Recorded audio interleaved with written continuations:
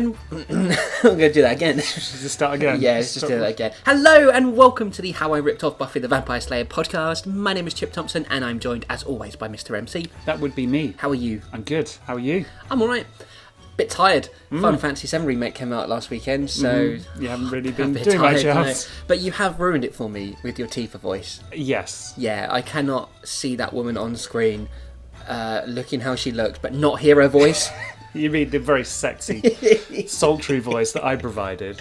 Anyway, this isn't the Final Fantasy VII Remake podcast. That is to come, believe me. This is How I Ripped Off Buffy the Vampire Slayer. It's episode 21, MC. Mm-hmm. It's Evangelina, that's what we're going to go with. Good. Evangelina, episode 21 of season 3. Mm-hmm, mm-hmm. What happened last week? Well, the showdown with the Irish Mormon vampire Ryan Spring. Use his real name, please. Fiddly McDoodly? O'Doodley. O'Doodley. He's not Scottish. Yes, very true. How racist of me to say such a thing. So yeah, there was the showdown between MC and Chip and Ryan. A long one. A lengthy one indeed. They killed a bunch of vampire kids. Ryan was upset about that. Mm-hmm. They were his vampire children. We found out that Ryan lost his family, his real family, his biological, human, living, breathing family, as a result of the one, which there was a plot twist. Yeah, which Chip took about as well as one would expect. There was a lengthy conversation where Ryan may or may not have been slowly being set on fire by the sun. And those are the main things, really. And kind of looking back through this season as well, so Shinno Khan is still gone. Yeah. No sign of him coming back. Hirato is up to things. Shenanigans? Yep. Hirato Niggins. And the episode ended... the cliffhanger, which you forgot to mention. I did. Speaking of Tifa Lockhart... I think I blocked it out because I don't like it. You're going to be a Daddy. Oh, a Daddy? No. What? Sounds like a singer. You're going to be a Daddy. A Daddy. The famous with pop a new singer. hit single. I don't You're want a fucking dad. kids. Yeah. Tifa had a pregnancy test at the end of the last episode. Yeah. She's up the duff. Yeah. Presumably because of you. Well, I don't know, maybe MC's ninja sperm fight through condoms and birth control. Maybe Tifa thought they were morning after pills, but it was actually like Flintstones chewable vitamins or something. Well, let's find out, because we also need to find out what the hell Evangelina is all about, MC. Yes. So here it is. This is Evangelina, Part 1. Previously on Tamara Gayson. Tifa, Jay, Louise, Shinno Khan, MC and Chip, you all have something to worry about because the Tokyo police force are not quite what they seem. Good night. The phone clicked as Chief Inspector Hirato hung up. Shinno Khan recognised it when he saw the urn more clearly, but it wasn't in time. As he started to shout out to MC, the samurais removed the urn's lid and the slowdown started. The gang scanned the lobby. It was true. Shinno Khan was nowhere to be seen. Chip's body hit the floor as Ryan exploded to dust. He stayed there, trying to comprehend what was happening. Dozens of kids had just died because last year he let a hell demon loose on the world. He hadn't really thought too much about the lives destroyed because of him. He felt guilt and remorse for what he had done, but Chip had never been close up and personal with those lives affected. Chip had dumped the car about a mile away and had decided to walk. He didn't know where he was going, but Chip knew he was tired. Tired from the thoughts in his head, the guilt ravaging his body, and from life. He came to an alley and found an old blanket that had probably belonged to a hobo at one point. He draped it over his body and kept on walking, letting the tears slip from his eyes and onto the blanket. Looking at her old photos helped calm her down in situations like this. It was reassuring that she has at least accomplished something in her life. Tifa checked the pregnancy test again to double check the result. The back streets of Tokyo's red light district weren't so much red light as any light. What? Well, we've started as we mean to go on in this episode, haven't we? The back streets of Tokyo's red light district weren't so much red light as any light. Like any colour of light. Not just red lights, but like green lights, blue lights. Oh, okay. Pink lights. It's still weird, though. Yes. It's still weird. I'm not okay with this. Great. I quite like it. I think it's good. You've just, because I'm to like my 15-year-old writing, that's all. You've been indoctrinated into it. Oh God, I have been brainwashed, haven't I? Oh my God. All you can read now is my stuff from when I was a teenager and Tom Clancy, and that's it. I mean, yours is better written than Tom Clancy. Each lamppost had a light that flickered or that didn't work at all. The neon lights from the numerous massage parlours and whorehouses bathed the roads and pavement in funky multiple colours. Whorehouses. It's a lovely turn of phrase, isn't it? But when you knew what lived in this world, underneath the radar of any normal human being, any street this late at night posed a threat. She knew this. Beyond the peep shows and cheap strip clubs was a maze of back alleys and side streets. These were even darker than the main roads, and added with the two men that were following her, it wasn't safe. Too many of these episodes start with a woman being chased down a dark alley by men, for my liking. Just, that was my go-to thing, I think. But another cold opening, we do this quite a lot now in Season 3. It's just true, like, it's true. Well, who's this? What's going on? Mm-hmm. I reckon it's going to be Tifa. No, it's going to be Evangelina. Yeah, it might be. Hey, baby, where are you going? One of them called out in Japanese. Yeah, honey, we just want to play for a while. The other added in perfect Japanese as well. Exactly. She removed her brown hood from her head and looked back at them. The men saw her beauty underneath the long black coat, brown hoodie, grey slack trousers and black boots. She had long blonde hair with dashes of brown in it. Her deep blue eyes were like wells of light, showing the thoughts and memories of someone a lot older. God, I was a wanker, wasn't I, back then? Jesus. I feel like this is common on how like women are catcalled regardless of how they're dressed, though. No, you trying to be really kind of, no, aware and... I don't think that's the case. I think this is that thing that a lot of male authors did or do, whereas we're like, oh my God, she was so beautiful, like you totally want to sleep with her. Yeah. Oh, she looked a bit rough around the edges and maybe a bit poor, but you'd love her. Most of the girls they cornered, mugged and raped in this area were either lost tourists, prostitutes or she-males. Oh my God. Out of all the things to date it, this has dated it the most. Thank fuck there has, though. I mean, imagine if I'd wrote this last week. Oh. Okay, we just got to push through. This is what we do. Okay. They didn't care, as long as they got some and made some cash too. I don't like these people. I don't like me. I thought they were meant to be sympathetic characters you warm to instantly. She tilted her head to the side. A security light turned on as she continued to back up. It revealed her face to be even more magnificent than the two men had realised before. Sure, that was the word they used as well. Oh, look at her. She's magnificent. What? I've never raped a beauty like this before. She's majestic. Don't. She started to say in a meek and yet strong voice. Uh-huh. Oh, what's wrong? The first guy said. Look, baby, you don't struggle and you don't get hurt much. Me and my partner don't like sloppy seconds, so we do our thing together. The whole time they're like, this isn't gay, right? Look how magnificent she is. Get your balls out of the way. I mean, I'm doing my best to make these guys as horrible as possible, and it's just not okay. Yeah. I didn't understand any of this stuff back then. Yeah. She straightened her head and glared at them, showing no emotion. The sense of no fear coming off her intimidated the men. It didn't help when she slipped into some martial arts position, raising her right head. What? But is her left head or her right head more magnificent?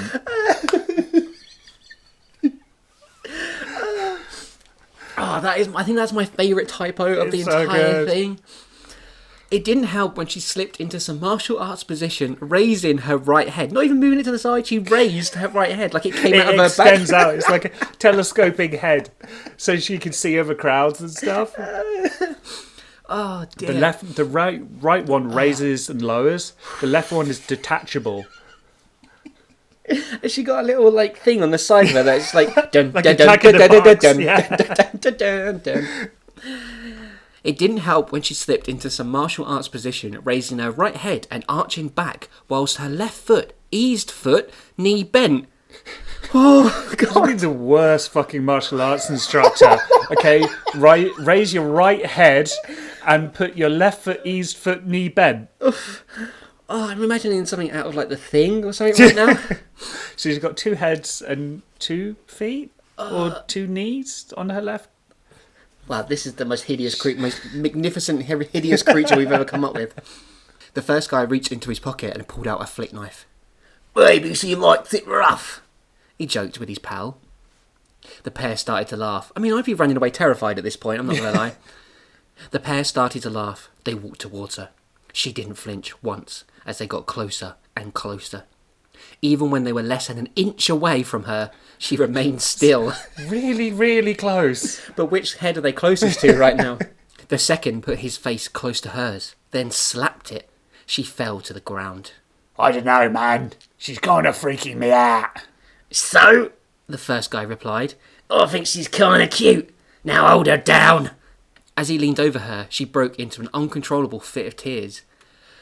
Was she crying out of all 4 of her eyes? I mean, I'm still quite uncomfortable by this imagery right now. But anyway, at least we can focus on the 2 heads. The typo that saved your sanity, I think. I'm sorry. I'm so sorry. Please forgive me. She cried. Sure thing. The thug picked her up and grabbed her arms, wrenching them behind her and holding her still. His partner raised the knife to her face. But which one? Which face? Oh, I thought you meant which guy, but yeah, it's a point. We always leave a scar on our girls, so we don't hit the same bitch twice. We don't want to get back what we already got. Any preference as to where you want it? Yeah, we get it, 15-year-old me. They were evil and shitbags. We get it. She smiled as she slipped to the right, quicker than anything human could move. She got out of the guy's grip and spun around. He fell forward onto his friend's knife. It sliced into his throat. Yay. It went deep into his vocal cords, which meant that despite the pints of blood he was losing, he couldn't scream. The first thug let go of the knife and his body fell to the floor and started to twitch. He started at the girl with wide eyes and started to run in the opposite direction.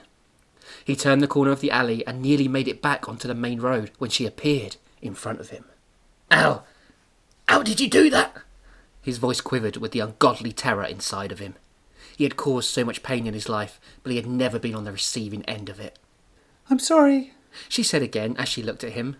No, wait. You are not sorry for this. I feel no more remorse for this next crime. Is she a robot? I don't know. She seemed to be talking to someone else. Is it the other head? The woman lifted her hood back over her head and punched the man in his midsection. Her fist went straight through him. He fell to the floor in a crumpled mess. I wonder if she's here to seek revenge on Chip. Ooh, for...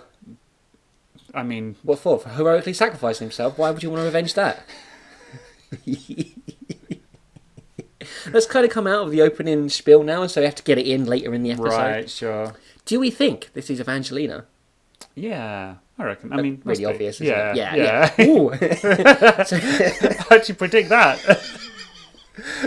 So she's clearly some sort of supernatural thing, or got some sort of power or something. Mm-hmm. I guess having 2 heads is better than one. Need a hand with that. Jay asked.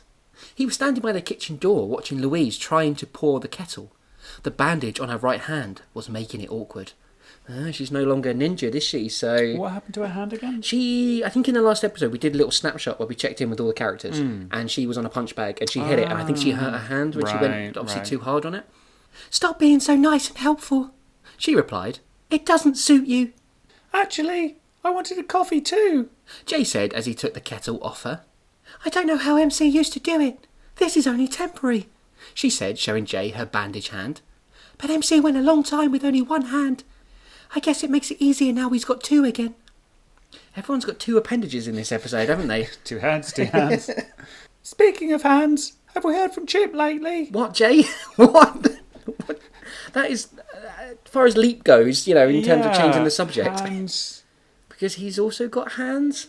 All hands on deck. Shit, they were on a Right-hand ship. man. Boats, chips on a boat. Chips, fish and chips. There we go. Boats. We've done it. Well done. "Not since MC and he killed that vampire and his kids." Out of context. It's an interesting sentence. I wonder if he's evil again. We all know what happened the last time he disappeared for a while. Jay said as he tipped sugar into his coffee. I love how Chip being evil is literally just an on and off switch. Like, oh, what's he on today? Oh, he's evil again today, better watch out. You check the evil forecast. Slight showers of evil. That's the least of our problems, Tifa said as she entered the kitchen. "Morning," Louise replied. "Are you okay? You don't look so good." I love this next line. Oh me, I'm mine. My God, what happened to me when I wrote this? Oh me, I'm mine. Well, it is Tifa, so it makes sense. Yeah, true. Oh me, I'm mine. Just feeling a little sick is all. Anyway, I'm more worried about MC. A bit of morning sickness coming in there. I wonder why she hasn't told him yet. Because it's obviously been a few days since the last episode. Yeah, but I guess there's been distractions. I'm not sure when the best time to say it is. And Shinnegan's just died. And maybe Tifa knows how you feel about kids. Yeah. "You mean the way he's been spending all night out on the streets, trying to find any evil he can, and then coming home and sleeping all day?" Louise said, knowing what Tifa meant. Okay, well that might be why. Yeah, that could be why as well. He's just not around. Deadbeat dad. Maybe MC's going evil. That would be a twist. Just to get the full set of evil ninjas. MC finds out Tifa's pregnant, stabs her, and runs away. Well, a lot's happened. Jay added. First Shinno-kan is gone, then so is Chip, who may be evil again, and might be about to try and kill us all again. If that's the case, you'd think MC wouldn't be leaving all the time. Everyone unguarded. Yeah. "Add that to the police, Harato, and the SWAT attacking us at any given moment. Things aren't all that great at the moment." Louise stirred her coffee as she spoke. This is kind of like real exposition going on here, isn't it? It's like, if you missed the previously at the start of the episode, here's everything that's going on so far. I guess he doesn't need any more distractions at the moment then. Tifa said. Ooh, there we go. Yeah. You know, it's rude to talk about people behind their back. MC said as he joined the gang in the kitchen. But you guys are right about one thing. We do need to find Chip. Ooh, interesting. I wonder if he's worried about Chip going evil as well. Or does he want to bring him back to the fold? Because MC's kind of... Well, obviously, clearly he's been out, looking for evil to fight because that's how he deals with his emotions rather than talking about them. Yeah. So it's interesting that he wants to find Chip. I wonder what he wants him for. Well, I mean, in the last one, he did sort of quasi-accuse or put forward the theory that maybe Chip's evil to Chip. Yeah. So maybe that's why. Maybe he feels like if they find Chip, they'll get answers. Yeah. Stale bread wasn't very nice to eat. Chip always remembered the way his nan would say that green spots on bread was just added potassium. Wasn't that a thing that was actually a thing? I think that's actually a thing. Yeah. Yeah. And no. No. Don't eat Mould. mould. Yeah. But that was all that was outside the baker's shop. Next to the candlestick maker.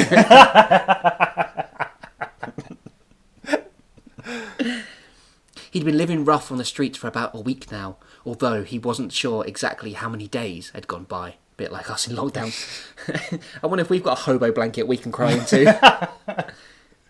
He'd been sharing alleys, abandoned buildings, hostels and cardboard boxes with people who'd have been on the streets for years.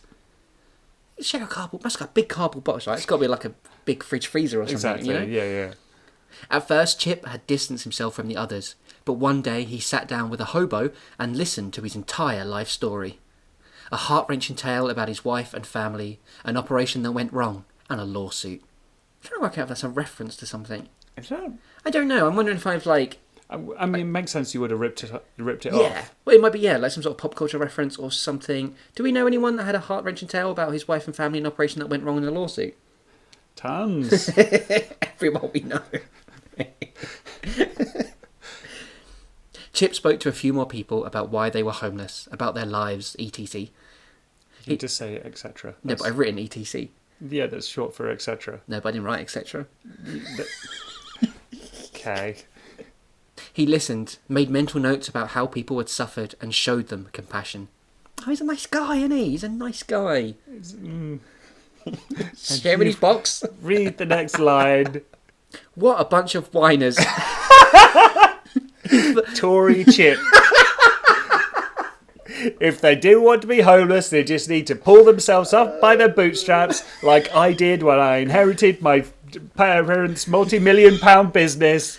Well, that swings it, doesn't it? He is evil. Yeah. He's a Tory, so he's evil. What a bunch of whiners. He thought to himself as he sat outside the baker's shop, eating his stale bread and hugging his stained blanket close to keep out the cold. These people keep moaning about the world, and yet, what do they do about it? All right, mate. Come on. Jesus. I like how he hasn't learned compassion at all, or empathy. What was that line for? Like, did I stop writing when I said show them compassion, come back the next day and, like, been accosted by, like, a homeless man? Like, fuck these guys. Jesus. It angered Chip. He had known suffering. Oh. He had spent an eternity in hell. It was a lifetime, not an eternity. There's a big difference. He had spent an eternity. I bet it was like an hour. And he just keeps inflating it. Oh, I remember when I spent a day in hell. Oh, I remember when I spent a week in hell. A month in hell. Do you remember that time I stubbed my toe and these homeless people think they can just get stuff for free? Jesus. He had spent an eternity in hell. And then he was torn out of there and brought back to the real world where the real pain and torment started. Oh, this is hideous. How isn't that bad then, right? Well, I guess. I don't know, maybe for Chip. But he couldn't complain. He didn't deserve any better, and he knew it. Seeing the way he had destroyed lives finally opened his eyes to that. His mind is... like, is this supposed to be an attempt at Chip's, like, fractured mind, where he's all like... he's been selfish here, and he's like, oh, so these guys and their homelessness, they don't know what I've been through. But then being like, oh, no, but I'll show them compassion, and I've done way worse. And or is it just very badly written? Yes. It's either one of those. I honestly don't know. It's on my... I don't know, Chip. You wrote it. Yeah, but it was 18 years ago. Please forgive me. Chip's thoughts were interrupted as he bumped into a woman. He thought about saying sorry, but it wouldn't mean anything. A simple apology for something that didn't matter wouldn't serve any purpose in a large scale of things. He went to walk on, but the woman stayed in front of him. Before Chip could move her out of the way, she threw him back. He sailed around 20 feet before hitting a brick wall hard. The two other hobos in the back street ran as Chip slumped to the floor. He thought he recognised the woman as she removed her brown hood. Oh my god. Who could that be? Maybe it's Evangelina, MC, the titled character of this episode. Oh, yeah, maybe. Oh, do you think she was the woman from the opening scene? Wow. Oh my God, it all makes sense now. But hey, you said she was going to go after Chip. Yeah. Yeah, good call. Oh. Also, I like how there were two homeless people in the street and this Chip got hurt. They were like, well, fuck this guy. Yeah, we're not helping him. Jesus. Well, she did throw him 20 feet into a wall. Yeah, but he's been like a complete dickhead to them. Exactly. So why would they help him? Like, yeah, of course they ran. The conversation in the mansion had been brief and pleasant. The usual please and thank yous as no one wanted to say the wrong thing. The usual please and thank yous as no one wanted to say the wrong thing. The usual please and thank yous, like they're not like at waiter school. What is going on? The phone rang. I'll get it. MC said. He had spent most of his days so far reading the file they had on Herato and the police force. MC felt like they were missing something, but he couldn't put his finger on it. The phone call came as a welcome and distracting distraction. What's your favourite kind of distraction? Hello? Good morning, the voice replied. Right, can I help you? There was a pause. This is Dom, the antique shop owner, which is how he identifies himself, apparently. Also wizard magician. This is Dom, the antique shop owner. I helped you out a little while ago, told you about the vampire siring children. How did that pan out, by the way? Another pause. MC isn't very... After they were saying about how the conversation had been brief and pleasant and polite. Like he knows Dom, he's met him a few times now. Yeah. So, can I help you? MC said again. Yes. Can you meet me at my shop? I need to talk to you. On my way. MC put the phone down and informed the others of where he was going. This is such a weird episode. It's confusing, isn't it? It's like, what, is Chip a Tory or not? Like, is Evangelina the woman from the opening scene or not? We just don't know. And now MC had this really... Are they being polite or not? Now it's really weird interaction with Dom, who's an established character. Yeah. Are you trying to say that, like, MC just isn't having any superfluous conversation whatsoever? He's just... But he was minding his pleas and thank yous. But he's still polite. We established this in the opening bit. Everyone's speaking very politely. They're saying please and thank you, at least. This is a strange one today. Maybe we should back you up. Jay suggested. After all, last time we went to his shop, it was being robbed. No, you guys stay here in case anything shows up. When MC was gone, Jay turned to Louise and Tifa. What does he expect will turn up? Does he think Chip or Horato are just walking through that door? Jay thought for a second. They won't, will they? Yes.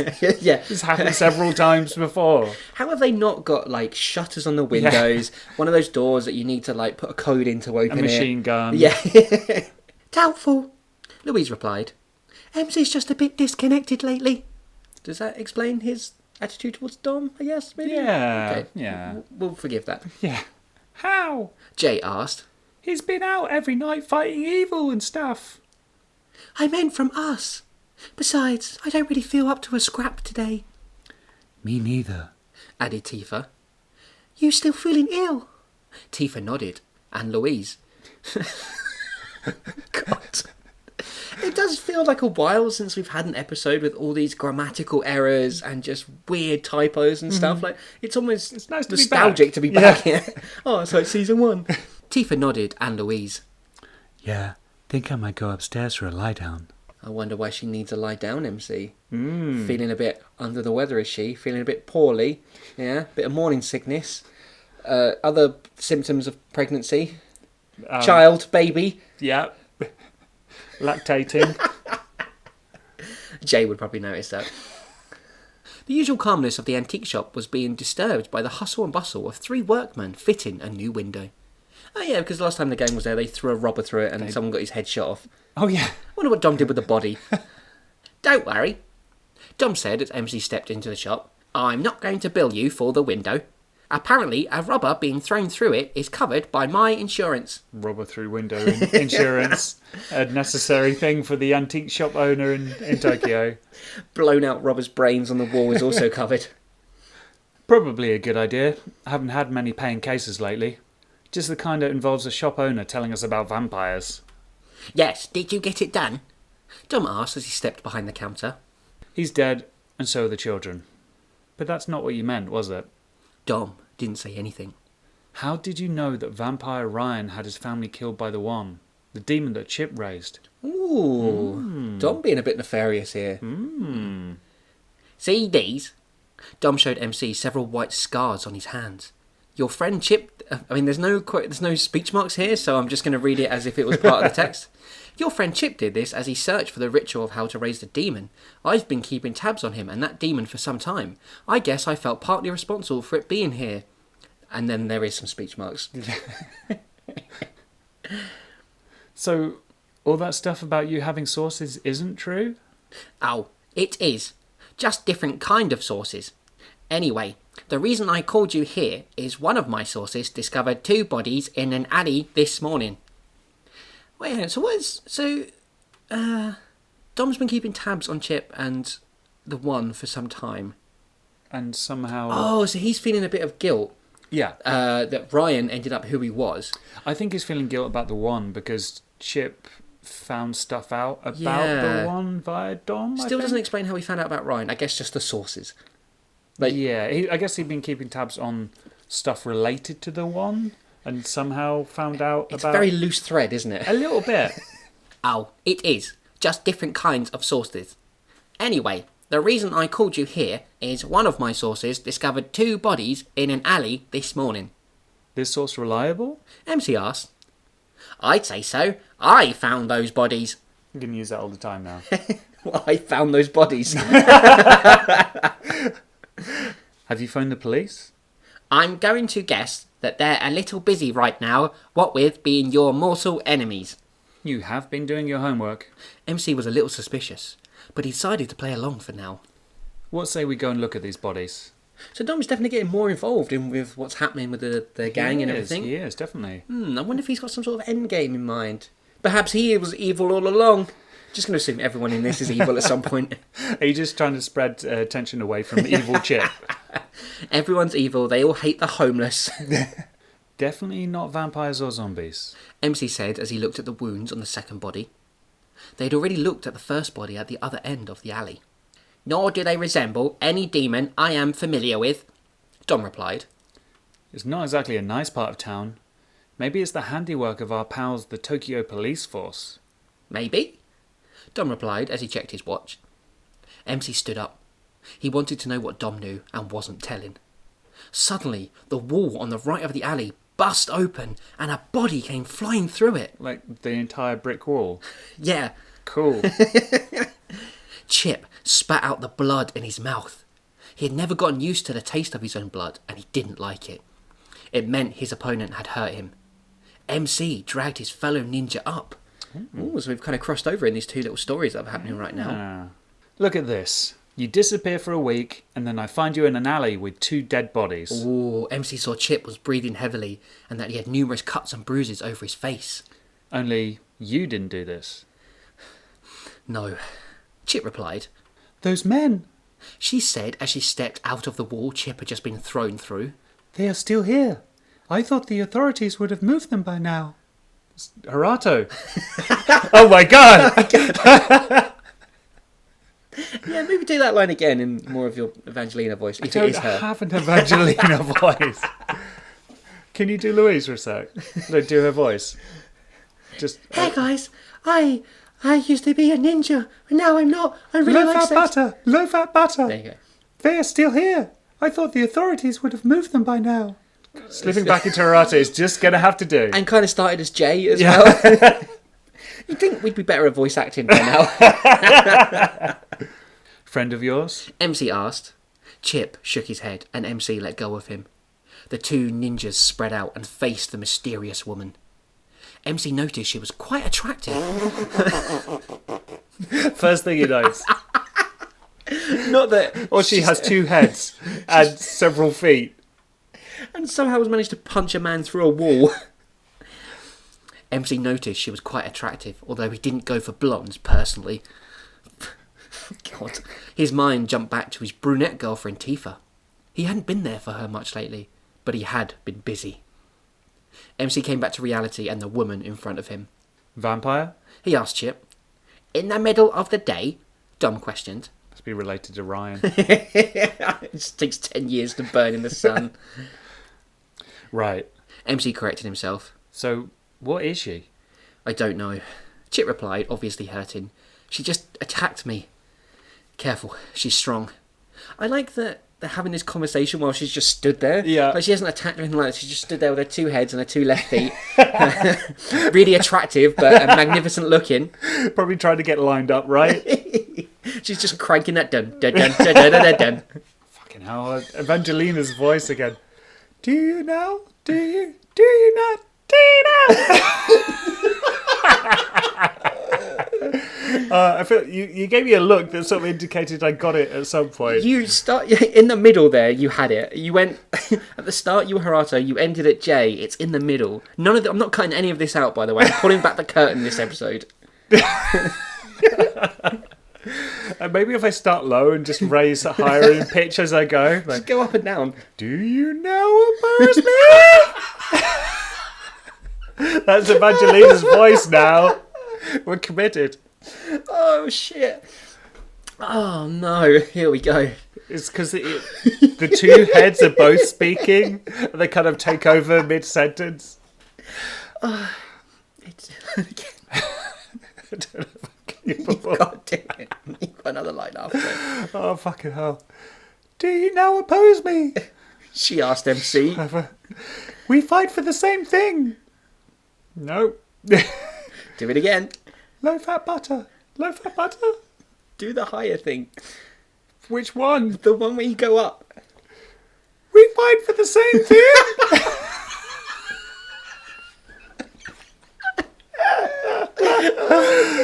I really, really hope she has some massive monologue at some point. And you have to get high. We will both die. Oh, dear. Oh, well, in case you missed that, listeners, she's asking MC if he opposes her, but apparently they fight for the same thing. I think you're going to need to translate after I the think end so, of yeah. every... We're going to need some sort of audio subtitles for your voice. MC couldn't be bothered to think of a clever and witty comeback, so he just went with a sudden burst of violence. He did a 360-degree spin and connected to the woman's head. It only knocked her back a few feet. But when the sort of muggers in the alley slapped her, she fell all the way down. They were so very powerful muggers. Ninja muggers. Oh, God, she's got another line. She's got so many lines. I will not fight you! I will not fight you, she said. Chip leapt forward, but she just eased him over her head and to the floor. MC threw a punch. She caught it and released a punch of her own, sending MC back. Liar. He said, and he's not wrong. Yeah. She did say she wouldn't punch him. All he did was punch her. Chip got back to his feet and they moved around her again. The sound of the gun firing sent both MC and Chip to the deck for cover. The woman followed, her big blue eyes closed. Her big, blue, attractive eyes. Magnificent eyes, all four of them. I feel like she got 5. Just one in her throat or something. Dom put the gun back under his coat. Oh, nice. Dom was packing. I bet it was like an antique musket or something they had in the shop. What the hell was that? MC asked. This tranquilizer could put an elephant down. I will explain, but first we need to get her to a safer and quiet place. The mansion? Chip said. Dom nodded in agreement. Who is she? MC didn't like this at all. Especially didn't like doing the voice. Her name is Evangelina, and if we don't get her to your home soon, you'll have to fight her again, as I don't have any more darts. Not very well prepared, Dom, is he? Like Better prepared than the ninjas. some sort of like really powerful being has rocked up, which he apparently knows back, and he's bought one trank dart to take her out. To be fair, he didn't know it was Evangelina, right? Like, he wasn't sure what it was about. I mean, he's got to come with a trank in it. I mean, Dom Maybe seems he like just he carries knows. it by default now. And we wouldn't really blame Chip, him. yeah, maybe, but I don't know. I feel like Dom, he knows her name, Yeah, true. and we finally know now that it was True. Evangelina. True. I mean, it's been a mystery this entire episode. Chip turned to walk on. Hey, MC called out. I know you think this Houdini act is working for you, but don't you want to know who she is?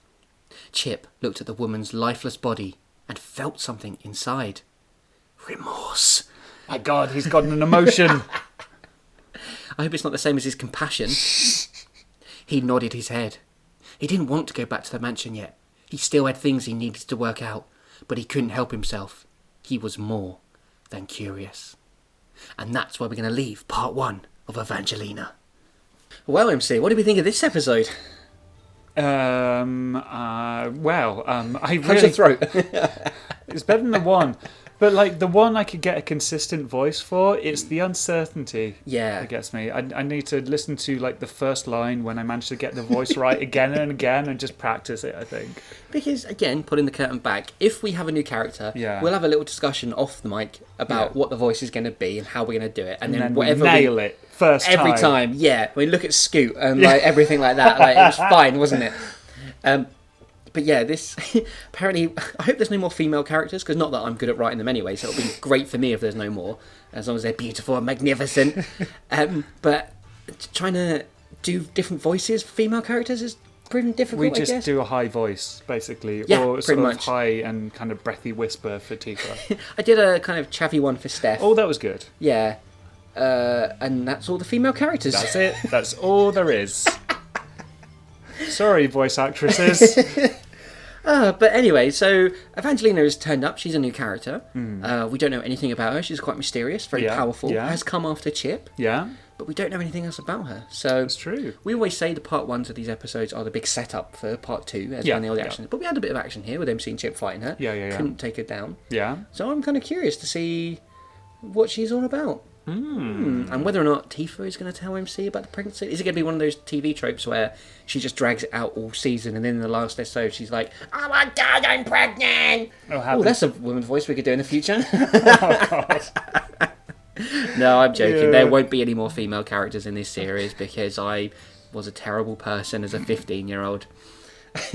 And I want to know, I feel like Dom knows more. I Yeah. feel like, Oh, absolutely. I mean, he knows her name.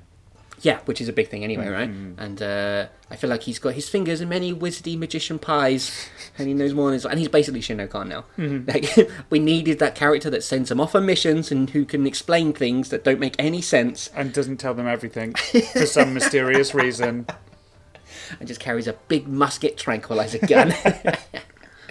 Well, if you've got any theories as to who Evangelina is and what's going to happen and about her voice, there's numerous ways in which you can get in touch. You can find us at Facebook, where we're at facebook.com/HowIRippedOffPodcast. And we are, of course, on Twitter at How I Ripped Off. And if this is your first time listening and you have absolutely no idea what's going on, but you're semi-curious to find out, you can find all of our previous episodes, our entire back catalogue, on SoundCloud, Stitcher Radio, iTunes and YouTube. And it won't make any more sense after you've listened to it all. But when you finish listening to the entire back catalogue, please leave us a rating and a review on something. No, I'd recommend doing it now. Don't bother listening No, until you get that's to the true, point where you're that's like, true. wow, this is really bad. If you somehow have a good impression of us right now, don't hesitate. If leave you have a any review. remorse for the homeless, leave 5 stars. Every star provides 1 cardboard box and 1 blanket for someone sleeping on the streets today. Oh, that was in poor taste. I know. Oh, that was really awful. Oh dear, we're not getting any good reviews out of this. But everyone, it's still lockdown. We're all still, not doing all the things we want to do. So make sure you're staying safe, physically, mentally, emotionally. Make sure you're happy and well. Don't let it turn you evil. No, you definitely don't want that. And if you are struggling at all, our inboxes and all the things we just mentioned are always open. Just come and say hello. Come and yell at us. Come yell at 15-year-old me for being a terrible human being. I deserve it. And we'll see you next time for Evangelina Part 2.